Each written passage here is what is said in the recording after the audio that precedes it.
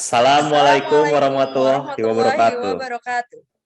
Hai semuanya, kali ini kita berjumpa lagi di konten cerita Ramadanku. Di sini ada Mbak Dea, ada saya Topan, gitu ya. Mbak Dea, kalau boleh tahu konten cerita Ramadanku kali ini kita akan membahas seputar apa sih?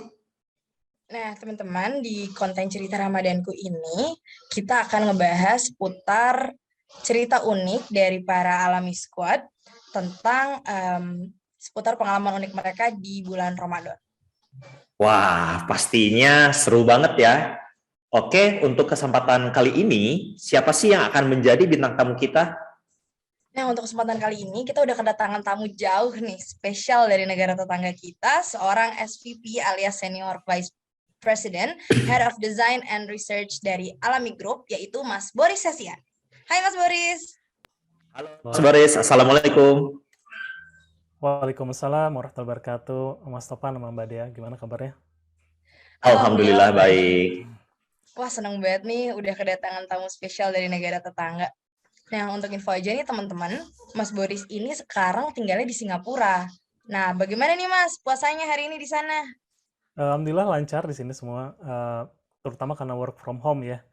Kalau misalnya work from office agak beda sedikit karena ya nggak biasa gitu orang puasa kan, jadi ya semuanya ya nggak puasa gitu ya kebanyakan majority-nya gitu.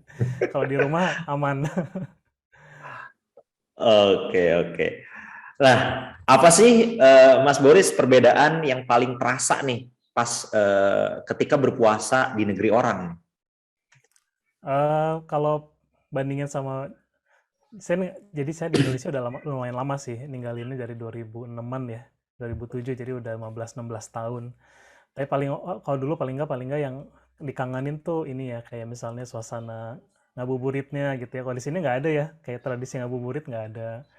Jajanan pasarnya atau jajanan street foodnya gitu kan nggak ada di sini ya. Semua kalau di Singapura harus di food courtnya gitu kan, terus kayak very strict lah gitu aturan apa namanya standar makanannya segala macam. Itu yang paling dikangenin sih kalau bicara bedanya sih. Nah, terus kalau sehari-harinya ya gitu, kalau di office ya karena majority nggak puasa, jadi ya nggak kayak misalnya pulang ya tetap kerjaannya tetap biasa, terus orang kayak nggak ngerti gitu loh kalau kita kayak agak ngantuk dikit segala macam ya nggak ngerti gitu, bilang kita habis sahur itu ya nggak ngerti gitu. Jadi itu sih bedanya sih yang paling terasa. Jadi emang ada hal-hal yang dikangenin ya Mas ya dari Indonesia, dan ada perbedaan juga yang orang-orang di sana kurang relate gitu ya. Banyak sih yang dikangenin ya, dari makanannya, suasananya gitu kan. Kalau di sini kan jadi kayak banyak mungkin di negara lain juga yang apa namanya, bukan majority-nya bukan Islam gitu ya. Jadi kayak emang ada area tertentu aja gitu yang misalnya banyak muslimnya atau kita ngumpul di satu area. Nah, itu kayak gitu-gitu sih yang mungkin jadi pembedanya sih. Jadi nggak kayak merata di mana-mana kerasa suasana Ramadannya gitu. Wah, menarik sih. Menarik. Oke, Mas Boris, ada nggak sih pengalaman yang menarik atau unik gitu ya yang pernah Mas Boris alami nih selama berpuasa di Singapura nih, Mas? Kalau bicara komunitas Islamnya sendiri kan karena di sini kan awalnya aja emang dari Melayu gitu ya. Jadi kayak mungkin nggak beda kalau bicara mungkin di Eropa atau di US gitu ya. Nah itu mungkin beda. Tapi di sini cenderung sama gitu ya. Cuma kayak misalnya ada beberapa tradisi beda sih, kayak misalnya pas pertama misalnya nyobain buka puasa di masjidnya gitu kan, palingnya kalau dulu saya waktu di Indonesia kayaknya nggak umum gitu ya bisa ada acara makan bareng gitu. Di sini tuh makan barengnya tuh satu piring berempat berlima, terus tangannya tuh saling ngobok-ngobok gitu lah, itu yang agak shock sedikit gitu. Jadi kayak orang tuh ngambilin makanan kita pakai tangan, itu kasih ke bagian kita, terus nanti dia makan. Itu yang agak shock sih. Cuman ya, in generalnya hampir-hampir mirip sih dengan di Indonesia, karena di sini pun ada komunitas Melayu yang lumayan kuat sih. Paling itu sih cara buka puasanya yang agak shocking awalnya, tapi lama-lama kebiasaan juga, jadi akhirnya ikut juga gitu. Dan kayak menemukan kenikmatan ya, jadi kayak benar-benar kayak suasana apa ya, bersaudara gitu, makan satu piring terus sharing gitu. Itu sih yang paling berkesan. Oke. Menarik. Wah, Mas, berarti Mas Boris itu karena agama Islam itu minoritas di sana, jadi Mas Boris tuh udah ada kayak komunitasnya gitu ya sama teman-teman gitu? sesama Ya, Muslim? kalau di sini kan Muslimnya tuh sekitar 14% kalau nggak salah ya. Jadi emang sedikit lah. Ya, jadi tapi di sini tuh bedanya sama mungkin negara lain. Kalau kita tuh yang orang asing tuh lumayan membaur dengan lokal. Jadi kayak misalnya kalau kayak saya misalnya pernah waktu itu di US gitu kita ngumpul Indonesia gitu kan very strong gitu kan sama Indonesia. Kalau di sini ada kumpul juga dengan Indonesia, tapi juga kita banyak juga kumpul dengan yang lokal gitu ya. Jadi kayak misalnya kajian-kajian saya ikutnya yang di masjid sekitar rumah aja. Alhamdulillah saya dari dulu selalu pilihnya rumah yang dekat masjid gitu. Jadi Hmm. di sini lumayan reguler ya kayak kajiannya, malah selalu ada kayak hari biasa pun Oh, kayak setiap maghrib, isya, terus asar gitu ada kajian-kajiannya gitu. oh, oke oke. Berarti acara bukber sama kajian tuh emang regularly ada ya, Mas ya? Iya, kalau di sini udah wajib, ya misalnya selalu ada kalau buka puasa bersama tuh pasti ada. Apalagi misalnya kalau para turis Oh, tuh ya kan suka ke kayak daerah Orchard ya, itu ada masjid yang mhm. Al-Falah tuh bisa ngerasain di sana gitu suasana buka bersama Singapura tuh kayak gimana yang digelar kayak plastik gitu, terus ada ratusan orang makan bareng gitu nasi yang Wah, ditumpahin di situ gitu, kayak gitu. Jadi seru ya Mas model ya. kayak Itu gitu. ekspat Indonesia semua atau dari aneka ragam negara, Mas? Kalau saya terus terang ngumpulnya nggak selalu dengan orang Indonesia sih. Jadi Oke. karena udah lama di sini juga ya. Jadi temannya udah banyak yang lokal juga, terus membaur juga dengan masjid yang lokalnya. Jadi kumpulnya nggak selalu dengan orang Indonesia. Indonesia sendiri ada di sini eh, perkumpulan yang namanya sebutannya IMAS, Indonesian Muslim Association. Itu suka ada kayak dulu ya zaman sebelum COVID tuh kayak regular kajian terutama di embassy gitu kan di kedutaan, tapi karena COVID jadi agak jarang sih. Hmm. Oke, oke, oke, oke. Ini menarik banget sih apa? Ternyata di sana juga masih kental ya Mas ya, apa di komunitas di sana juga gitu ya, yang datang dari Indonesia ataupun Muslim Indonesia ya di sana gitu.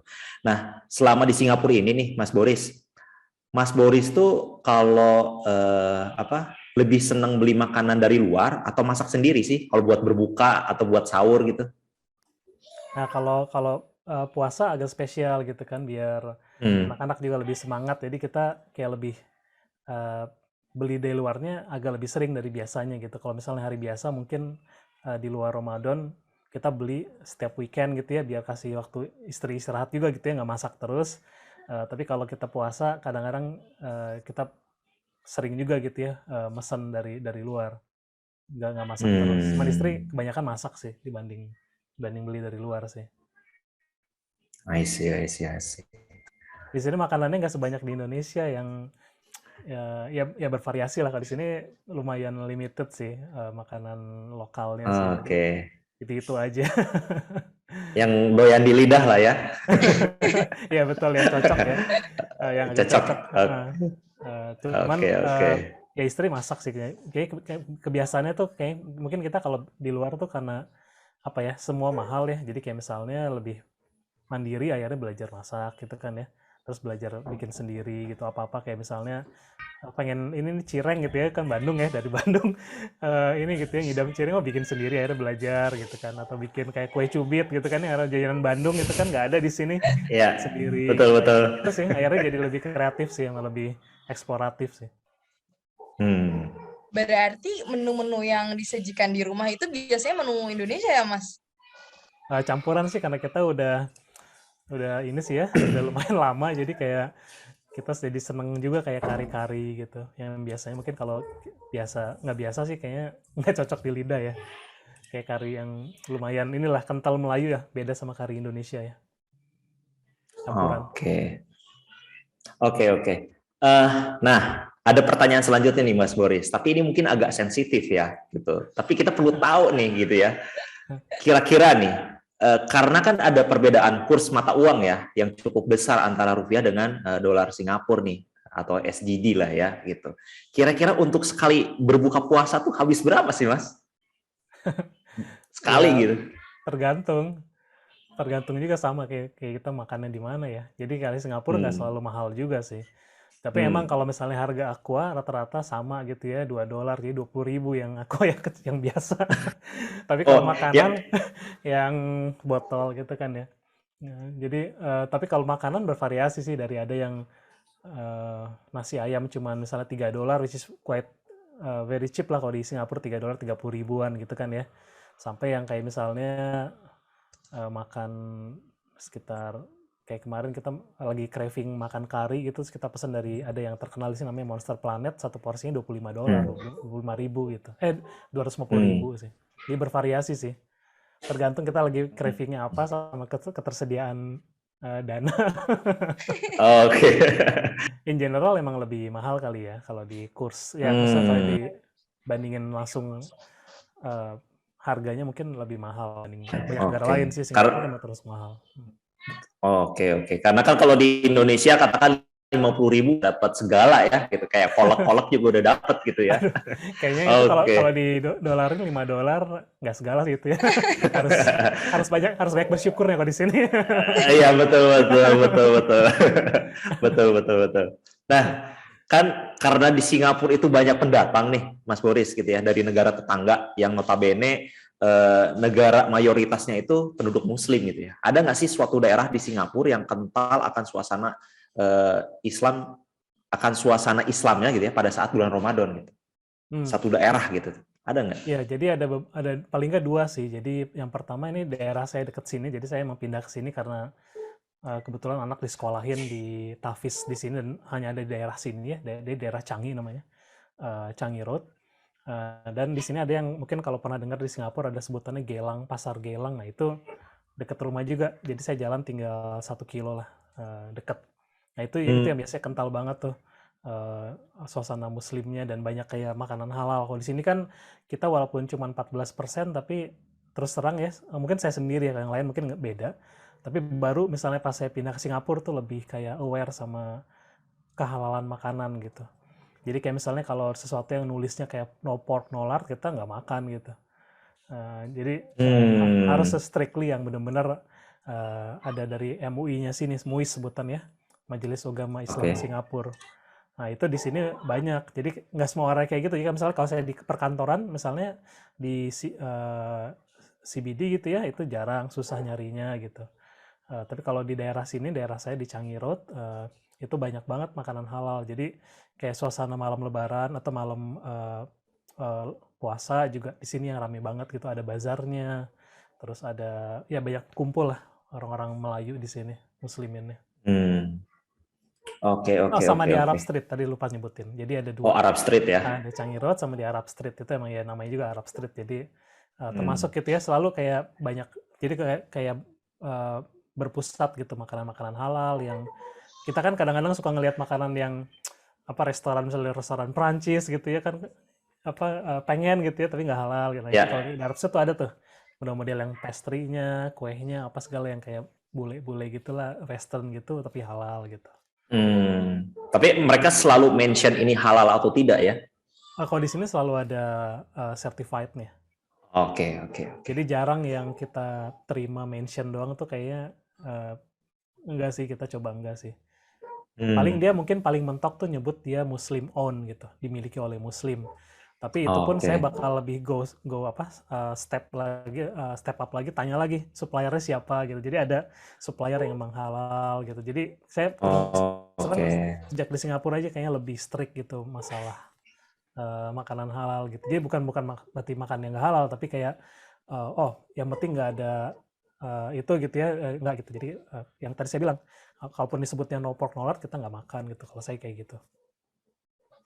Oke. Menarik banget ya cerita-cerita makanan halal ini. Oke, Kapan-kapan kalau ke Singapura ya, dibawa makanan yang lokalnya. Wah, boleh banget ya. Kalau para turis, biasanya kan turis senangnya ke daerah-daerah yang turis aja ya, kayak Bugis gitu kan, terus Orchard gitu. Padahal daerah Singapura yang buat lokal tuh enak-enak tempatnya. Makanannya juga enak-enak. Oke nih Mas, last question ya. Menurut Mas Boris, gimana sih pengaruh program Grow Everywhere yang diterapkan sama tim People and Culture-nya Alami untuk Mas Boris yang sekarang tinggal di Singapura?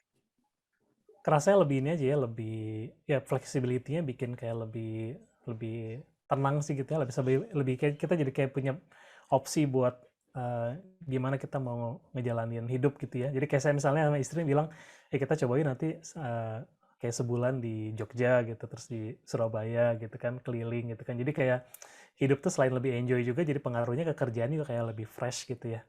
Jadi kita bebas gitu, nggak harus terpusat di satu tempat gitu. Itu sih kayak efeknya ke kerjaan juga, kita lebih lebih apa ya, ya lebih fresh aja sih.